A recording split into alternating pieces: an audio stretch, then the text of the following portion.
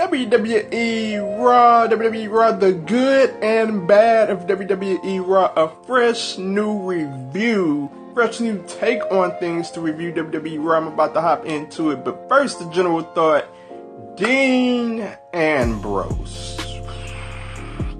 First, we're broadcasting on Periscope, so there may be lighting issues here. We'll be posting on YouTube as well, but Dean Ambrose.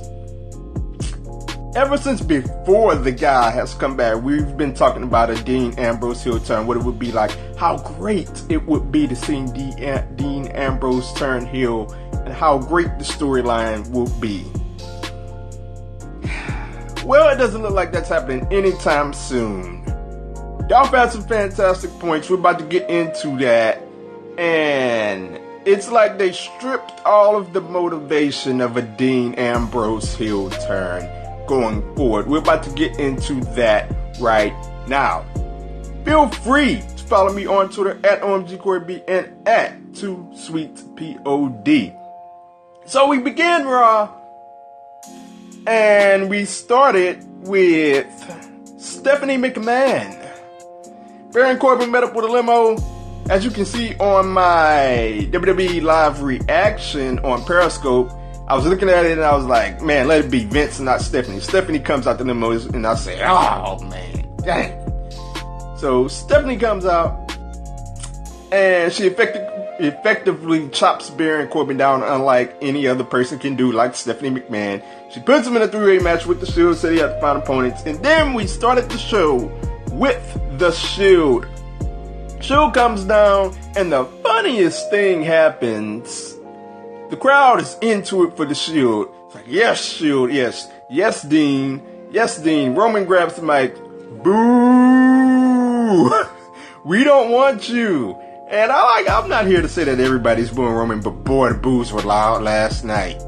Heavy boos for Roman Reigns. And look, at this point, we know what the Shield is there for. The Shield is there for great entertainment. They're great together, but it's there to help further get a positive reaction for Roman Reigns, and clearly the crowd is still divided when it comes to that. But they talk about how they were the workhorses in WWE, and they were quickly cut off by Dolph Ziggler, Drew McIntyre, and Braun Strowman. And from this point on, we got a darn good segment, shall I say. And Dolph played mind games with Dean Ambrose, talked about how the Shield didn't need him, didn't check up on him when he was sick. Talked about how he was a world champion once on SmackDown. And everything made total sense. It was a good segment. Eventually, Roman Reigns grabbed the mic and said that they wanted to fight. And then eventually that was all broken up by Baron Corbin. So it was a good segment. Matter of fact, as far as segments goes, as far as the first segment that I will break down in the good and bad of WWE Raw, this one goes in the good section because it was a phenomenally done segment. I will get to why I have a problem with the overall arc of the story at the end of this review, so stay tuned for that. But as for the segment overall, it was a good segment. I enjoyed it very much. Next up, we had Finn Balor versus Jinder Mahal. And I gotta say that the story of the night for me as it pertains to talking about getting bad, there were a lot of matches and segments where I was like, oh, this is going in the bad. And it ended up being pretty decent. So Balor and Mahal was one of those segments. One of those matches. It ended up being a decent match. Some decent action. They kept it to a minimum. The crowd was extremely hot for this match. And even they kept the BS aside, even the extra stuff was pretty entertaining.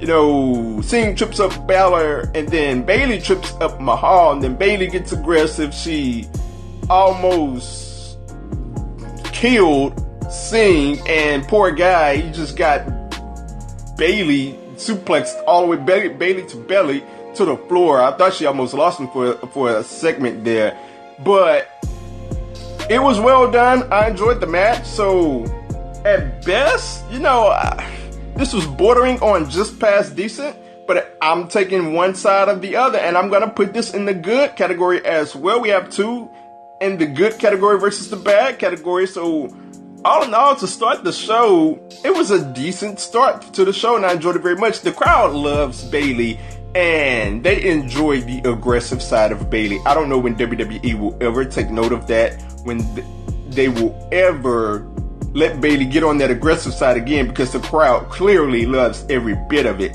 So moving on, we had Brie Bella and Nikki Bella and Natty versus the Riot Squad, and boy, oh boy, oh boy, this match fell off the rails very quickly. Brie Bella's in the ring, and the top talking point of this match, the top talking point of Monday Night Raw throughout the whole night on Twitter, was when Brie Bella was giving Liv Morgan the yes kicks, and she connected with about 3 yes kicks to the chest like normal, and then she just clocked Liv Morgan with a yes kick to the face, and multiple kicks to the face, and then Liv just fell limb, and she hit her with another kick as well to the face. This is just downright unacceptable. Now, the times with Brie Bella, she had the match where she tried the suicide dive. She failed multiple times on the suicide dives. You can chalk that up to rest. But these yes kicks, that's just uncontrollable. That's unacceptable. And you have to do better. Like, you can sit there and say that, oh, look, she made a mistake.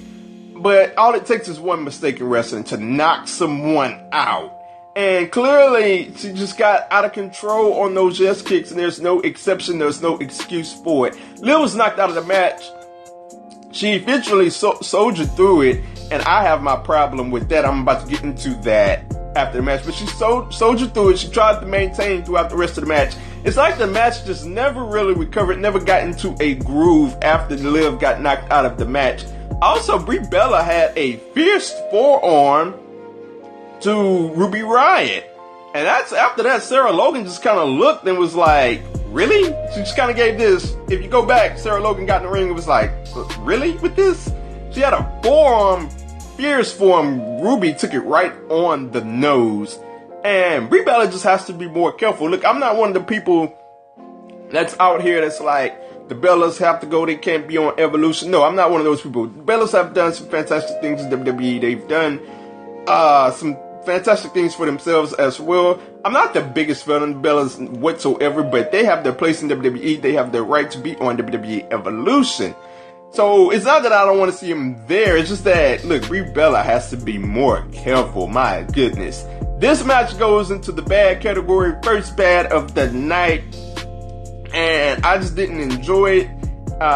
Very funny slip up on Michael Cole. He said that Liv Morgan was backstage and getting checked on, and then they panned the camera to the Riot Squad as they picked up the win. And there's Liv Morgan getting checked on. It's like, oops, Michael Cole, yeah, got you there. Riot Squad picked up the win. At least they picked up the win. That's fine. But the match overall goes into the bad category. So next up, and also before I get to what's next up, I talked about Liv Morgan soldiering through the match. A lot of people always applaud that, and normally I applaud it too.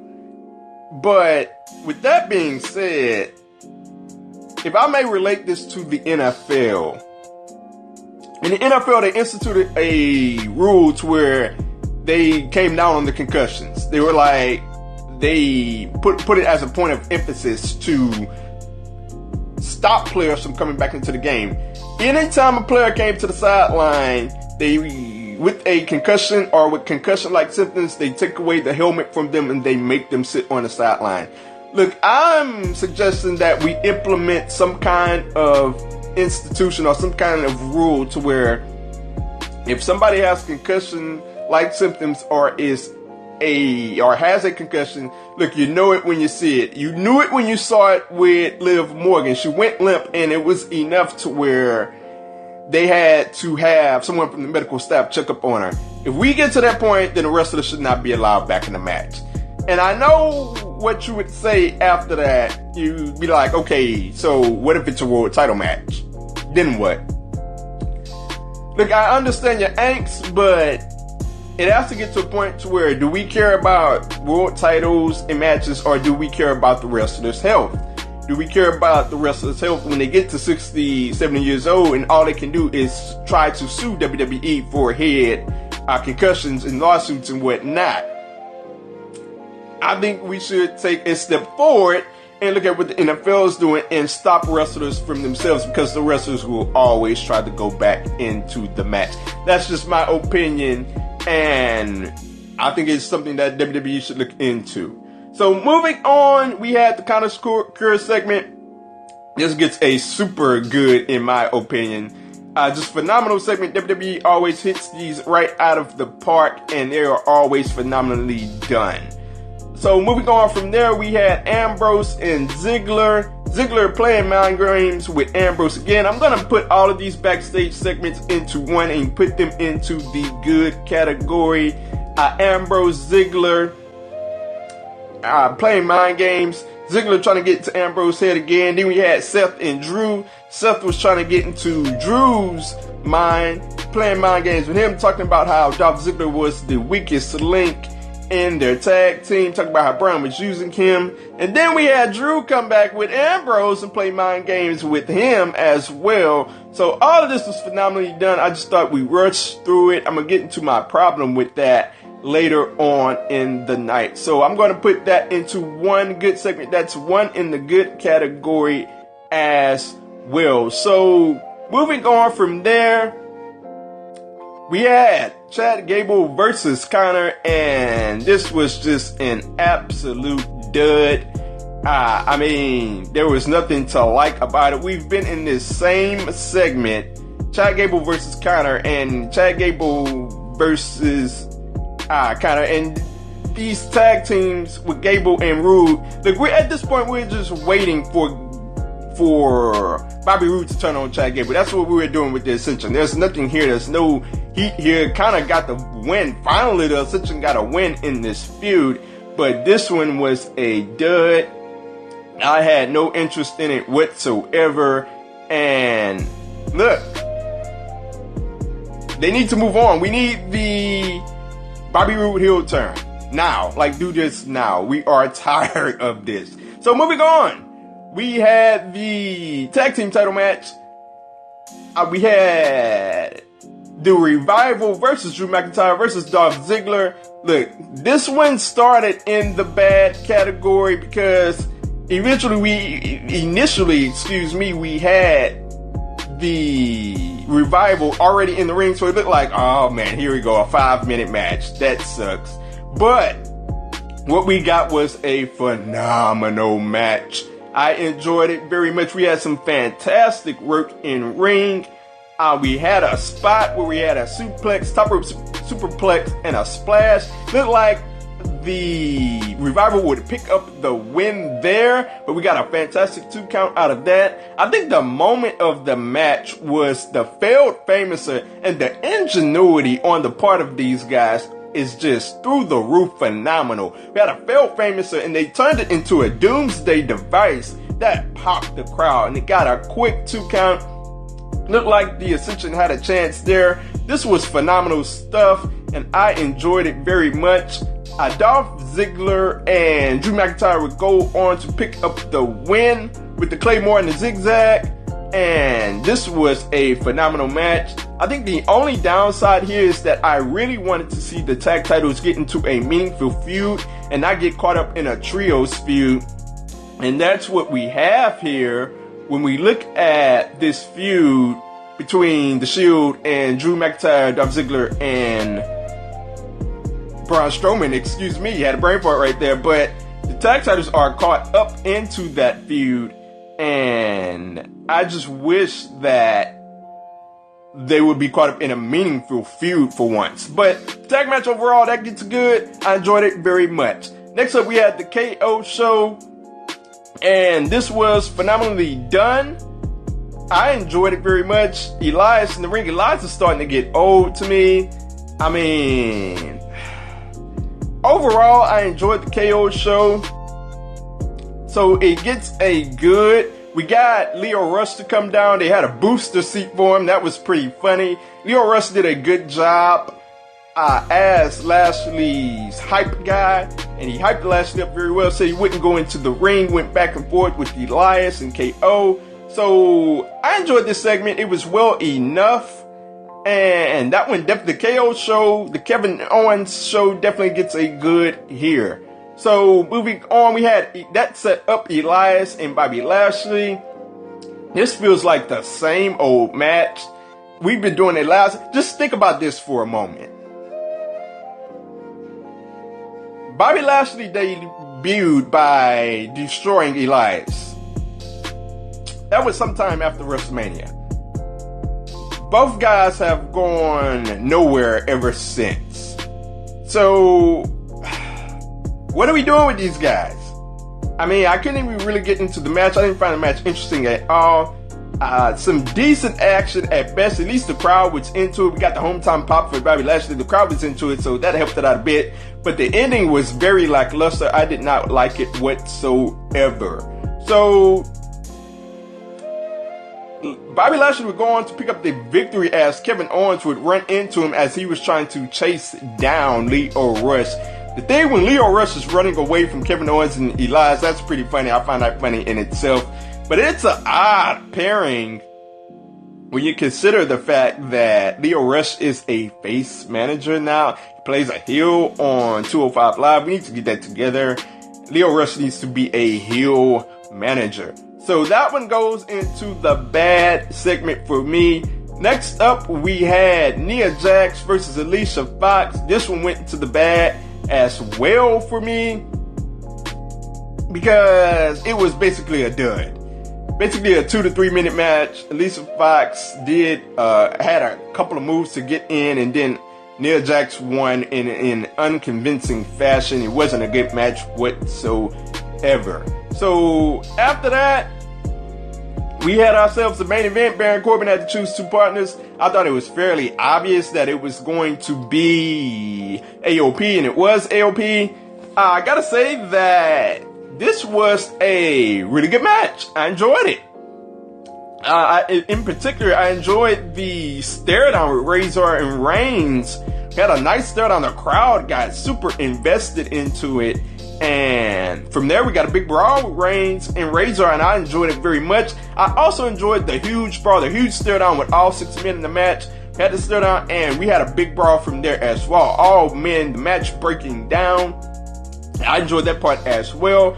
Seth Rollins, he got the hot tag and went wild as only Seth Rollins can do. And the match really picked up when Dean Ambrose got the hot tag. We had this sick sequence where Seth Rollins is doing suicide dives on the outside. Dean Ambrose went on and hit the dirty deeds.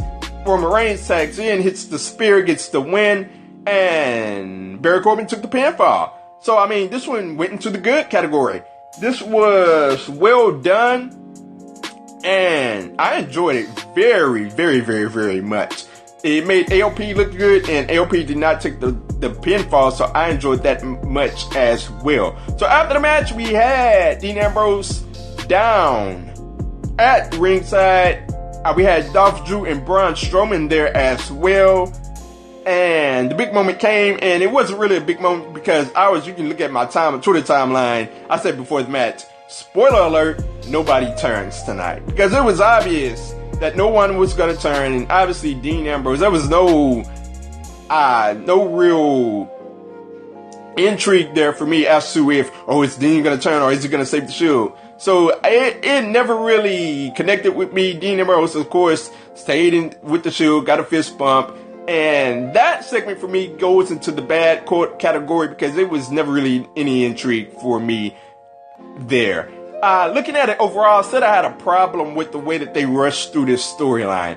Look, they've stripped all away the motivation. If we ever get a future Dean Ambrose heel turn, it's going to come off as random because all of the motivation is gone. Like, is he going to hate the fact that Seth and Roman has titles? You can't hate that now because if he would have hated it, he would have hated it right then and there last night. So that motivation is gone. I mean, all of the anger of being left out of the Shield while he was hurting in the hospital, that is gone because they've already teased that. And look, if they were gonna throw it away, they might as well have waited to Super Showdown. Why go into a match, tease the Dean Ambrose heel turn, and do it all in one night? I think I speak for the majority of fans when I say that. Look, I have no real interest in this match at Super Showdown as far as the result goes. I mean, what's on the line here? What's really on the line? Nothing. Nothing at all. So at best, you could have worked this storyline out all the way to Super Showdown. We're a week or so away from it. You could have really worked it out and really played it out into the match at Super Showdown. I would have at least had some interest as to what would have went down.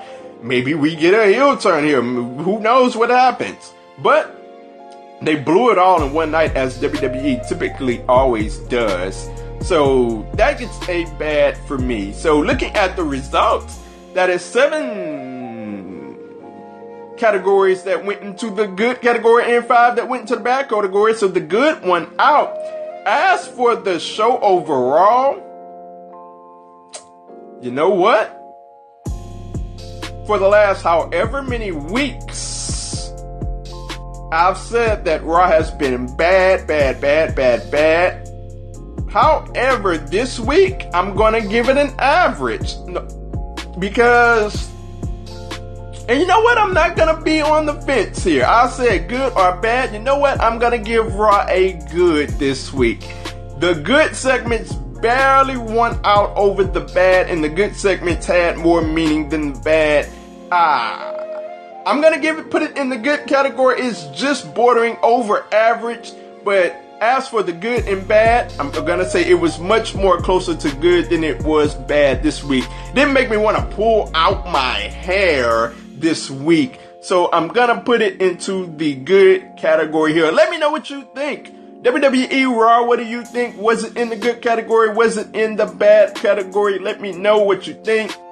Now you can find me on Twitter at OMGCoreyB and at 2SweetPod. Let me know in the comments on YouTube. What did you think? Good or bad? Twitter, let me know. Periscope, let me know. I'm out!